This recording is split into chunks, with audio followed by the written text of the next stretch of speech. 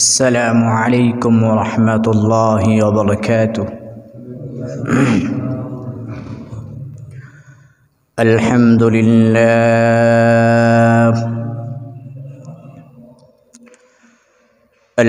لله نحمده ونستعينه ونستغفره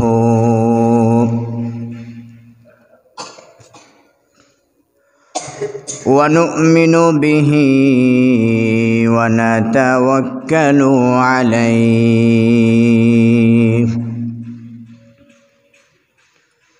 ونعوذ بالله من شرور أنفسنا ومن سيئات أعمالنا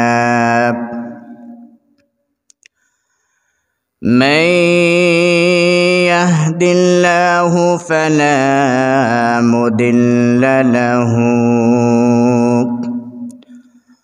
ومن يضلله فلا هادي له.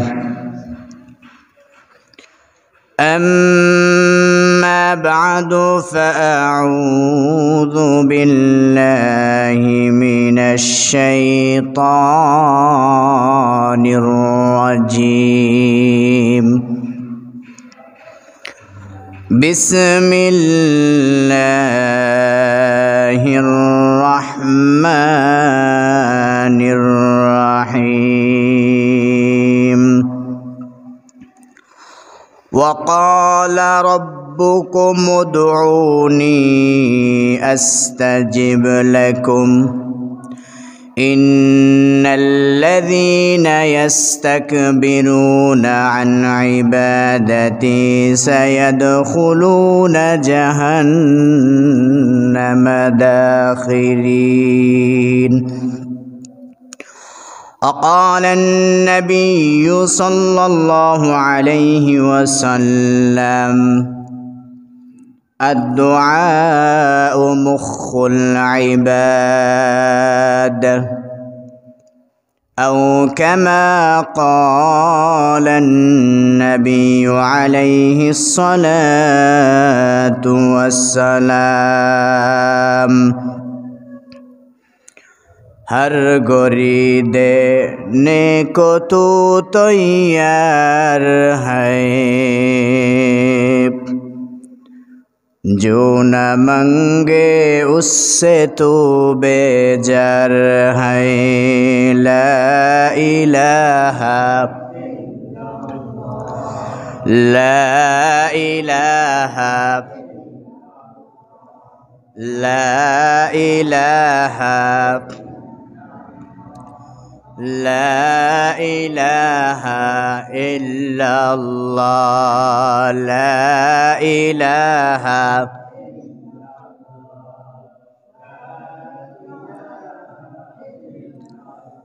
لا إله हर तरफ से हो के हम खारो तबाह, हर तरफ से हो के हम खारो तबाह, हर गोरी देने के तू तैयार है। ला इलाहा ला इलाहा ला इलाहा इल्लल्लाहु मुहम्मदुर रसूलुल्लाह सल्लल्लाहु अलैहि वसल्लम। अल्हम्दुलिल्लाह, अल्लाह पाकेर शेष मेहरबान जे महान रब्बुल आलमीन आमादेरके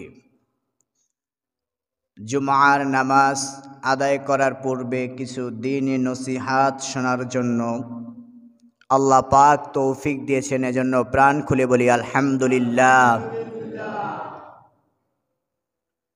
এটা কোনো বয়ানের মঞ্চ না, ওয়াজের মঞ্চ না, এটা শুধুমাত্র একটা নসিহাতের জায়গা। কির জায়গা? নসিহাতের জায়গা। আমি সুন্দর করে ওয়াজ করলাম, কিন্তু যারা শ্রোতা তারা বুঝলো না, তাহলে এই ওয়াজের কোনো লাভ আছে বলেন? যদি একটা কথা বুঝে একটা আমল করা যায় সেটারই অনেক লাভ আছে। এজন্য আমাদের এটা ওয়াজেরও মঞ্চ না, আওয়াজেরও মঞ্চ না, একটা হেদায়াতের মঞ্চ। কির মঞ্চ? হেদায়াতের মঞ্চ। এই পৃথিবীর মধ্যে যত মানুষ আছে সমস্ত মানুষের কোনো না কোনো সমস্যা আছে, বলেন নাই? এমন বিপদও আছে, ঝামেলাও আছে। মানুষ বলতেই বিপদ, মানুষ বলতেই ঝামেলা, মানুষ বলতেই সমস্যা। হোক সেটা পারিবারিক সমস্যা, হোক সেটা সামাজিক সমস্যা, হোক সেটা চাকরির সমস্যা, হোক সেটা ব্যবসায়ের সমস্যা। মানুষের জীবনে সমস্যা একটার পর একটা আছেই। এটা হলো দুনিয়ার সমস্যা। এটা কি সমস্যা? দুনিয়ার সমস্যা। আপনার পারিবারিক যে সমস্যা এটা দুনিয়ার সমস্যা। আপনার ব্যবসায়িক যে সমস্যা এটা দুনিয়ার সমস্যা। আপনার সামাজিক যে সমস্যা এটা দুনিয়ার সমস্যা। শুধু দুনিয়ার সমস্যাই নয়, বরং এই দুনিয়ার পরে যে আখেরাত আছে সেই আখেরাতেরও সমস্যা আমাদের আছে, নাই কিনা? আছে। শুধুমাত্র এই দুনিয়ার সমস্যা দিয়ে যে আমাদের জিন্দেগি শেষ এরকম নয়, বরং একজন মানুষের সমস্যা দূর হবে কখন? যখন সেই মানুষটা দুনিয়া পার করে পরকালে গিয়ে যখন সে জান্নাতে যাবে তখন তার সমস্যার সমাধান হবে। এর আগে মানুষের জীবনের কোনো সমস্যার সমাধান নাই। এই জন্য আপনাকে দুনিয়ার আখেরাতের যে সমস্যা সেটা হলো গুনার থেকে কিভাবে বাঁচা যায়, জাহান্নাম থেকে কিভাবে মুক্তি পাওয়া যায়, জান্নাত কিভাবে লাভ করা যায়। এটা একটা সমস্যা না? এটাও একটা সমস্যা। যাই হোক, প্রয়োজনের মানুষের জীবনের প্রয়োজনের শেষ নয়। শুধু মানুষ নয়, এই পৃথিবীর মধ্যে সবচাইতে মানুষের ভিতরে শ্রেষ্ঠ হলেন কারা? নবী এবং রাসূল। কারা? নবী এবং রাসূল। তারা হলেন পৃথিবীর মধ্যে সর্বশ্রেষ্ঠ মানব। তারাও সমস্যার বাহিরে ছিলেন না, তারাও সমস্যার ভিতরে ছিলেন। শুধুমাত্র যে আমাদের পারিবারিক আছে, আমাদের সামাজিক আছে, আমাদের দুনিয়ার প্রয়োজন আছে, নবীদের দুনিয়ারও প্রয়োজন নাই, সামাজিকেরও প্রয়োজন নাই, পারিবারিক প্রয়োজন নাই, এরকম কি হয়? বরং নবীরা হলেন আমাদের মতো একজন মানুষ। আমাদের মতো একজন কি মানুষ। তাদের কাছে আল্লাহর ওহী আসে, আমাদের কাছে আল্লাহর ওহী আসে না। এটাই শুধু পার্থক্য। নবী হাটেও গেছেন, তার ছেলে সন্তানও আছে, আছে কিনা? আছে। আমরাও হাটে যাই, আমাদেরও ছেলে সন্তান আসে।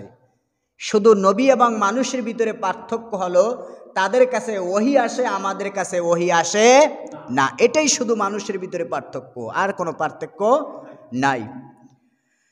যাই হোক, এই সমস্যা সমাধানের জন্য আল্লাহ পাক একটা দোয়ার ব্যবস্থা করেছেন। কির ব্যবস্থা করেছেন? দোয়ার ব্যবস্থা করেছেন। এই দোয়ার মাধ্যমে মানুষ আল্লাহর কাছে চেয়ে থাকেন। কার কাছে চান? আল্লাহর কাছে চান। এই দোয়াটাও একটা স্বতন্ত্র একটা ইবাদত। এই দোয়াটা একটা কি? স্বতন্ত্র একটা ইবাদত। দোয়া শব্দের অর্থ কি? আহ্বান করা। দোয়ার শব্দের অর্থ কি? আহ্বান করা। দোয়া শব্দের অর্থ ডাকা। দোয়া শব্দের অর্থ প্রার্থনা করা, চাওয়া। আমরা যেটাকে বলে থাকি মোনাজাত। কি বলে থাকি? মোনাজাত। মোনাজাত এর অর্থ হলো গোপনে অথবা নির্জনে আল্লাহর কাছে চাওয়া। গোপনে এবং নির্জনে আল্লাহর কাছে চাওয়া। হাদিসের ভিতরে নামাজকেও রাসূলুল্লাহ সাল্লাল্লাহু আলাইহি ওয়াসাল্লাম মোনাজাত বলেছেন। কি বলেছেন? মোনাজাত বলেছেন। হাদিসের ভিতরে আল্লাহ নবী সাল্লাল্লাহু আলাইহি ওয়াসাল্লাম বলেছেন, ইন্নাল মুমিনা ইযা কানা ফিস সালাতি ফাইন্নামা ইউনাজি রাব্বাহু। রাসূলুল্লাহ সাল্লাল্লাহু আলাইহি ওয়াসাল্লাম বলেছেন, যখন কোনো মুমিন নামাজে থাকে তখন সে তার প্রভুর সাথে মোনাজাতে থাকে। সুবহানাল্লাহ। তাহলে নামাজ এটা একটা মোনাজাত, এটা একটা কি মোনাজাত। তাহলে এই দোয়ার অনেক গুরুত্ব এবং ফজিলত রয়েছে। কি রয়েছে? এই দোয়া করার জন্য স্বয়ং আদেশ দিয়েছেন কে? আল্লাহ। এবং এই দোয়া কবুল করার ওয়াদা করেছেন কে? আল্লাহ।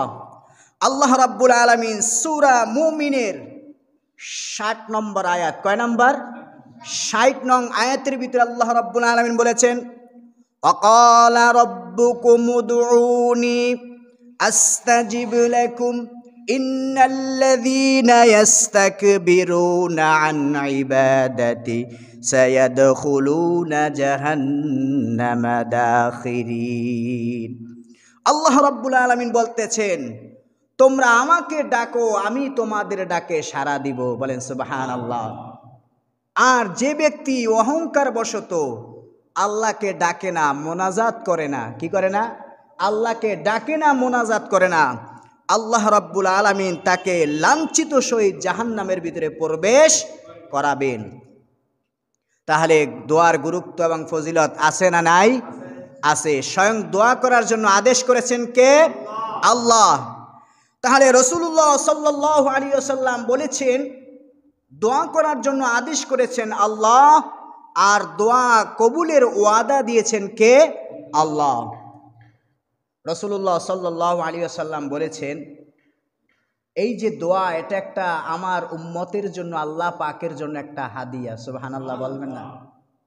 আগের জমানার নবীদের আল্লাহ পাক দোয়া করতে বলেছেন। শুধু কাদেরকে? নবীদেরকে। নবীরা যদি কোনো দোয়া করত, সেই দোয়া আল্লাহ কবুল করতেন। কিন্তু আগের জমানার নবীদের উম্মতদের দোয়া করার অনুমতি ছিল না। আর আল্লাহ পাক আমি মুহাম্মাদের উম্মতকে স্বয়ং আল্লাহ পাক দোয়া করার জন্য বলেছেন, এবং দোয়া করার ওয়াদাও আল্লাহ সরাসরি মুমিনদেরকে দিয়েছেন। সুবহানাল্লাহ। এই জন্য রাসূলুল্লাহ সাল্লাল্লাহু আলাইহি ওয়াসাল্লাম বলেছেন, তোমরা আল্লাহকে ডাকো, তোমাদের ডাকে সাড়া দিবেন কে? আল্লাহ। শুধু তাই নয়, এই দোয়া হলো সবচাইতে একটা শ্রেষ্ঠ ইবাদত। কি? শ্রেষ্ঠ একটা ইবাদত দোয়া। এই সম্পর্কে হযরত আবু হুরায়রা রাদিয়াল্লাহু তাআলা আনহু বলেন, রাসূলুল্লাহ সাল্লাল্লাহু আলাইহি ওয়াসাল্লাম বলেছেন, লাইসা শাইউন আকরামু আলাল্লাহি মিনাদ দুআই। রাসূলুল্লাহ সাল্লাল্লাহু আলাইহি ওয়াসাল্লাম বলেছেন, দোয়ার চাইতে সম্মানিত আর কোনো জিনিস নয়। এবং এই দোয়াকে ইবাদতের মগজও বলেছেন। কি বলেছেন? আন আনাস রাদিয়াল্লাহু তাআলা আনহু قال قال النبي صلى الله عليه وسلم الدعاء مخ العبادة। দোয়া হইল সমস্ত ইবাদতের মগজ। সমস্ত ইবাদতের মগজ হলো দোয়া। সমস্ত ইবাদতের মগজ কি? দোয়া। দোয়া না করলে রাগান্বিত হন কে? আল্লাহ। কে রাগান্বিত হন? আন আবি হুরায়রা রাদিয়াল্লাহু তাআলা আনহু قال قال النبي صلى الله عليه وسلم من لم يسأل الله يغضب عليه। আল্লাহর নবী বলেন, যে ব্যক্তি আল্লাহর কাছে দোয়া করেন, আল্লাহ তার প্রতি রাগান্বিত হন।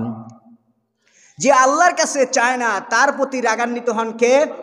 আল্লাহ। আচ্ছা, আপনি বলেন, এই পৃথিবীর মধ্যে এমন কোনো মানুষ আছে যেই মানুষটার কাছে চাইলে সে রাগান্বিত হয় না? এরকম কোনো মানুষ আছে? বলে। একজন বড়লোকের কাছে একজন গরিব যদি যায়, একদিন গেলে টাকা দিবে, 2 দিন গেলে টাকা দিবে, 3 দিন গেলেও টাকা দিতে পারে, 4th দিন গেলে তারপর টাকা দিবে না, তার প্রতি রাগ করবে। বলেন। তাকে দেখে দরজা লাগিয়ে দিবে। কি করবে? দরজা লাগিয়ে দিবে। এবং ছেলেপেলেদেরকে বলাবে সে এখন আর ঘরে নাই। কি নাই? ঘরে নাই। কিন্তু তার কাছে চাইলে সে রাগান্বিত হয়। আর আল্লাহ পাক বলতেছেন বান্দা আমার কাছে না চাইলে আমি তার প্রতি রাগান্বিত হই। এই জন্য আল্লাহ পাক মুমিনদেরকে যা কিছু প্রয়োজন তা চাওয়ার জন্য স্বয়ং আল্লাহ পাক আদেশ করেছেন। কে? আল্লাহ পাক আদেশ করেছেন। এই পৃথিবীর মানুষের দুই অবস্থা, হয় সে গরিব না হয় ধনী, ঠিক কি না? হয় গরিব না হয় ধনী, এর বাইরে কেউ আছে বলেন? একজন মানুষ একই পরিবারের ভিতরে একই মায়ের গর্ভে তিনজন সন্তান, একজন ধনী আর একজন গরিব, এই সম্পদের মালিক বানিয়েছেন কে? আল্লাহ।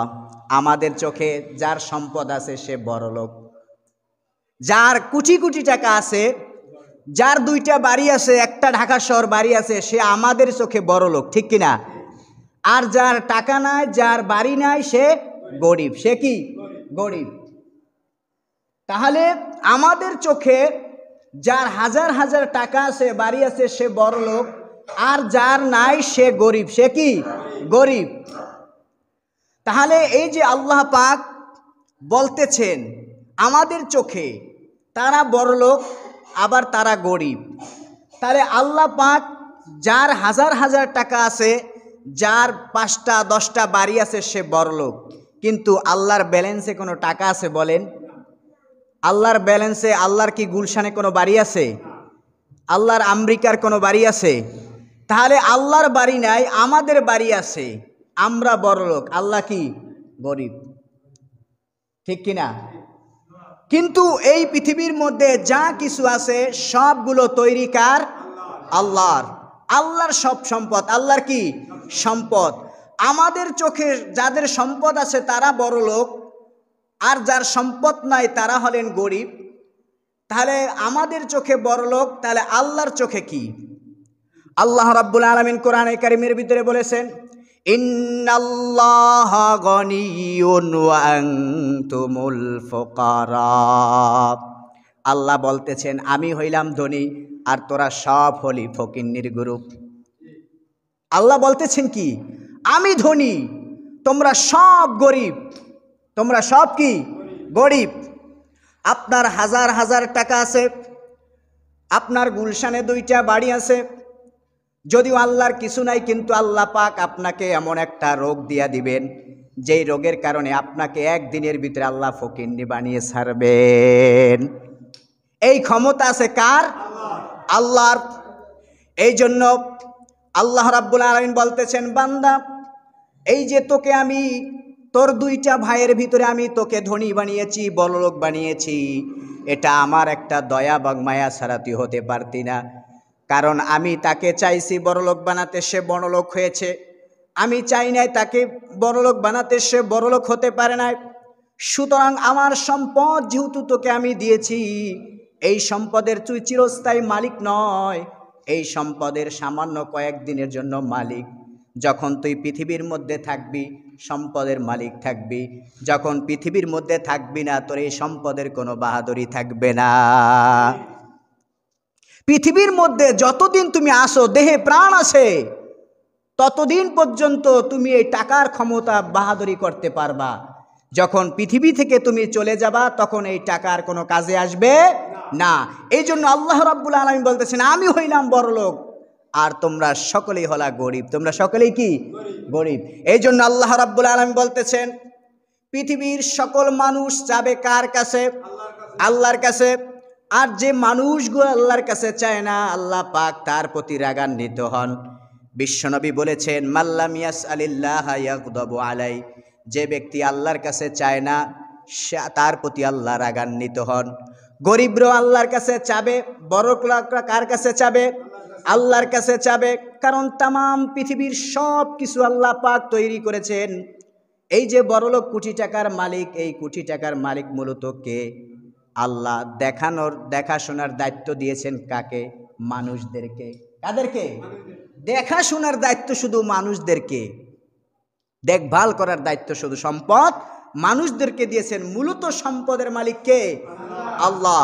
এই জন্য আল্লাহ রাব্বুল আলামিন বলতেছেন হর গরিদে नेको तू तैयार है जो ना मांगे उससे तू बेजार है। আল্লাহ পাক বান্দাকে দেওয়ার জন্য চাচ্ছেন, কিন্তু যেই বান্দারা আল্লাহর কাছে চায় না, আল্লাহ পাক তাদের প্রতি রাগান্বিত হন, বেজার হন। এই জন্য আল্লাহর কাছে চাওয়া, আল্লাহর কাছে কি চাওয়া। আপনাকে আল্লাহ পাক সম্পদ দিয়েছেন, আপনি দোয়া করুন, আল্লাহ এই সম্পদ আমার জন্য আপনি বরকতময় করে দিন। আল্লাহর কাছে চাওয়া। আপনি একটার বাড়ির মালিক হয়েছেন, আল্লাহর কাছে চান, আল্লাহ আমি যেন আরেকটা বাড়ির মালিক হতে পারি। এভাবে চাইতে হবে কার কাছে?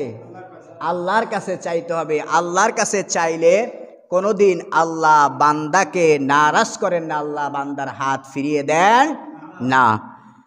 এই জন্য রাসূলুল্লাহ সাল্লাল্লাহু আলাইহি ওয়াসাল্লাম বলেছেন, এই যে দোয়া করা এটা একটা মুমিনদের হাতিয়ার। মুমিনদের কি হাতিয়ার? হযরত আলী রাদিয়াল্লাহু তাআলা আনহু তিনি বিশ্বনবীর চাচাতো ভাই ছিলেন, আবার বিশ্বনবীর জামাতাও ছিলেন। কে ছিলেন? বিশ্বনবীর মেয়ে ফাতেমা রাদিয়াল্লাহু তাআলা আনহু, তাকে বিয়ে করেছেন কে? হযরতে আলী। কে? হযরতে আলী। বিশ্বনবীর দুই দিক দিয়ে আত্মীয়, এক হলো জামাতা, দ্বিতীয় নাম্বার হলো চাচাতো ভাই। দ্বিতীয় নাম্বার কি? চাচাতো ভাই।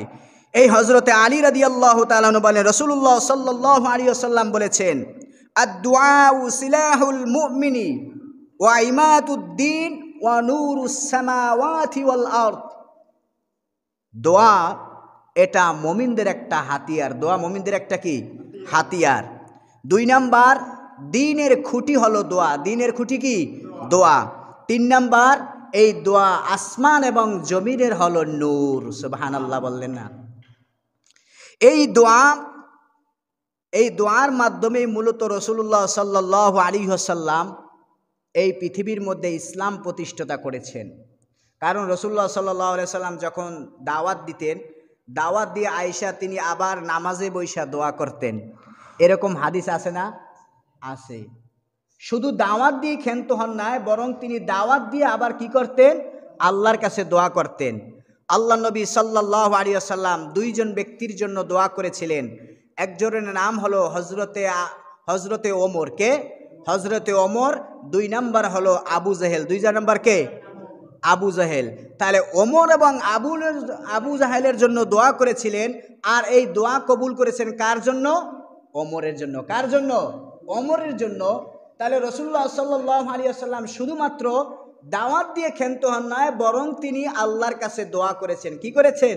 দোয়া করেছেন। এজন্য রাসূলুল্লাহ সাল্লাল্লাহু আলাইহি ওয়াসাল্লাম বলেছেন, দোয়া হলো মুমিনদের হাতিয়ার। দোয়া কি? মুমিনদের হাতিয়ার। আল্লাহ নবী সাল্লাল্লাহু আলাইহি ওয়াসাল্লাম, আপনারা জানেন ইসলামের ভিতরে সবচাইতে ভয়ানক যে যুদ্ধ সেটা হলো বদর যুদ্ধ। কোন যুদ্ধ? বদর যুদ্ধ সবচাইতে ভয়ানক ছিল। কারণ বদর যুদ্ধে ইসলাম টেকা না টেকার বিষয় ছিল। বদর যুদ্ধে যদি মুসলমানরা হেরে যেত তাহলে ইসলাম শেষ, আর যদি মুসলমানরা বিজয় হয় তাহলে ইসলাম আছে। আল্লাহ নবী সাল্লাল্লাহু আলাইহি ওয়াসাল্লাম বদর যুদ্ধের আগে আল্লাহ পাকের কাছে কি করেছিলেন? দোয়া করেছিলেন যে, আয় আল্লাহ, এই দুর্বল মুমিনরা যদি হেরে যায় তাহলে তোমার ইসলাম শেষ, আর যদি তারা বিজয় হয়ে যায় তাহলে তারা টিকে থাকবে ইসলাম।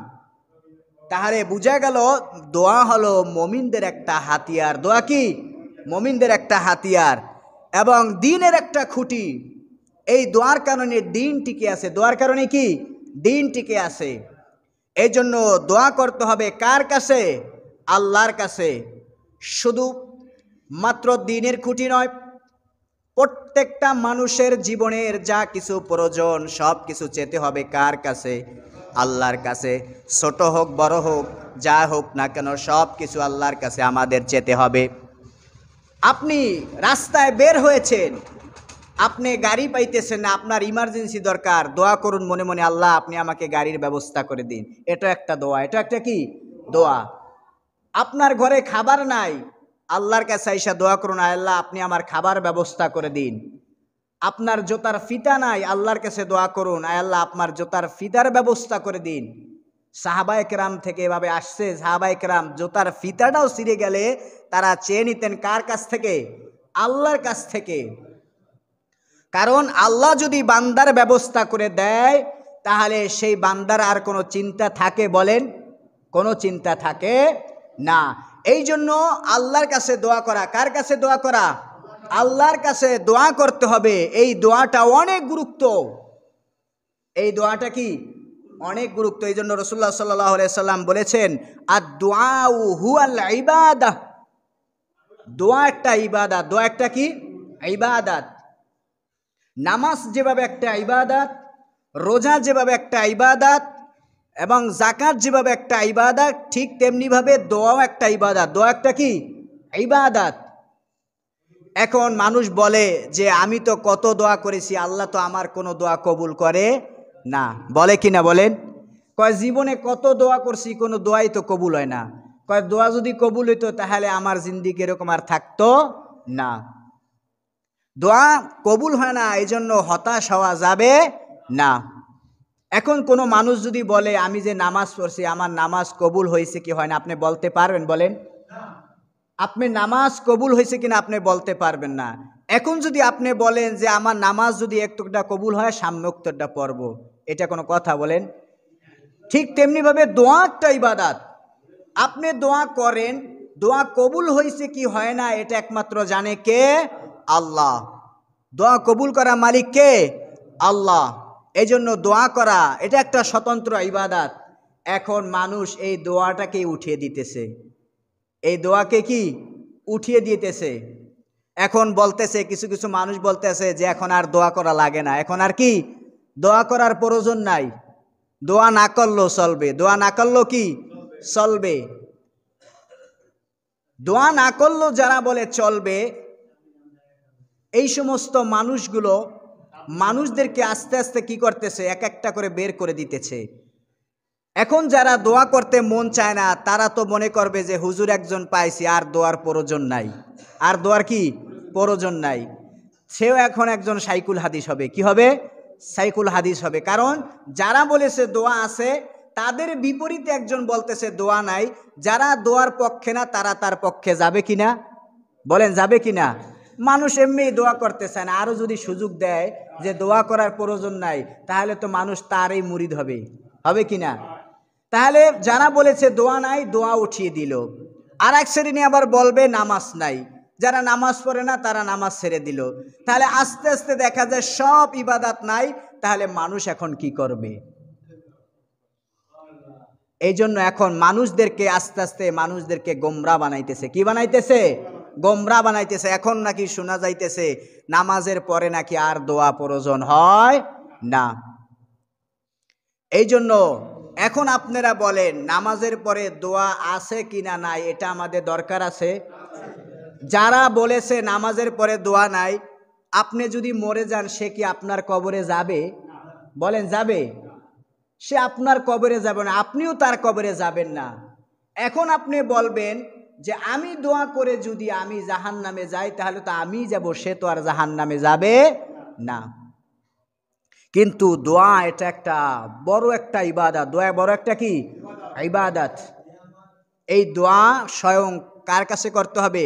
আল্লাহর কাছে করতে হবে, দোয়ার চাইতে হবে। দোয়ার মাধ্যমে জীবনকে পরিবর্তন করা যায়, জীবনকে সুন্দর করা যায়। এই এখন দোয়া উঠিয়ে দিতেছে মানুষ, আর দোয়া করতে চায় না।